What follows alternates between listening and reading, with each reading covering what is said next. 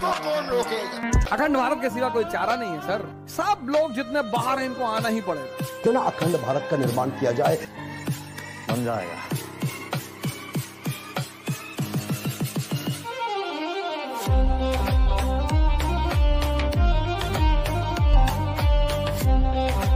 अखंड भारत होके रहेगा।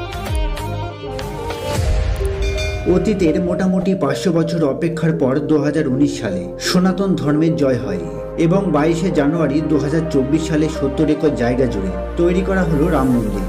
তা চলুন রাম মন্দির সম্পর্কে সম্পূর্ণ তথ্য জানার চেষ্টা করি। 1526 সালে মোগল সাম্রাজ্য শুরু হওয়ার মাত্র 2 বছরের মধ্যেই 1528 সালে বাবর সিংহাসনে বসার পর তার সেনাপতি মীর বাকি অযোধ্যার রাম মন্দিরটি ধ্বংস করেন এবং এই জায়গাতেই একটি সুবিশাল মসজিদ নির্মাণ করেন, যার নাম রাখা হয় বাবরের নাম অনুসারে বাবরি মসজিদ। মুঘল সাম্রাজ্য চলাকালীন শুধুমাত্র রাম মন্দিরই নয়, বরং হাজারো মন্দির ধ্বংস করা হয়, যার প্রমাণ আজও দেশের নানা প্রান্তে দেখতে পাওয়া যায়। এমনও একটা সময় ছিল যখন অযোধ্যায় একই জায়গাতেই পূজাপাঠ ও নামাজ পড়া হতো। আপনি হয়তো ভাবতে পারেন এটা আবার কিভাবে সম্ভব।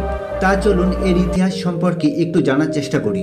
বাবরি মসজিদ তৈরি হওয়ার 190 বছর পর দ্বিতীয় জয় সিং বাবরি মসজিদ এবং এর আশেপাশের এলাকা দখল করার চেষ্টা করে, যার ফলে এখানে আবারও মসজিদ ভেঙে রাম মন্দির তৈরি করার পরিকল্পনা করা হয় এবং পরবর্তীতে দীর্ঘ সময় ধরে মন্দির তৈরির চেষ্টা করার পর সেটা সম্ভব হয় না, যার ফলে 1717 সালে জয় সিং মসজিদের পাশেই কিছুটা জায়গা জুড়ে রামের উদ্দেশ্যে মন্দির তৈরি করেন।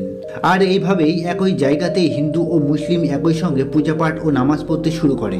1528 থেকে শুরু করে আজ পর্যন্ত এই পবিত্র স্থানকে কেন্দ্র করে নানা বিরোধ, হানাহানি, এমনকি হাজারো মানুষের জীবনহানি ঘটেছে। কিন্তু এই লম্বা সংঘর্ষের পরে এখন এই সময় এসেছে ভারতের অযোধ্যায় রাম মন্দির প্রতিষ্ঠার দিন।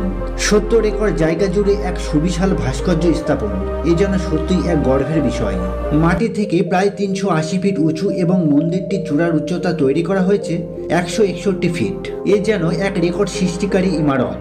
যদিও ভাস্কর্য স্থাপনা দেশের ইকোনমি বৃদ্ধিতে সাহায্য করে, এই জন্য এটা আমাদের দেশকে এগিয়ে যেতে সাহায্য করবে। তা চলুন আজকের ভিডিও এতটাই। এই মন্দির আপনার কাছে কতটা যুক্তিযুক্ত তা কমেন্ট করে অবশ্যই জানাবেন।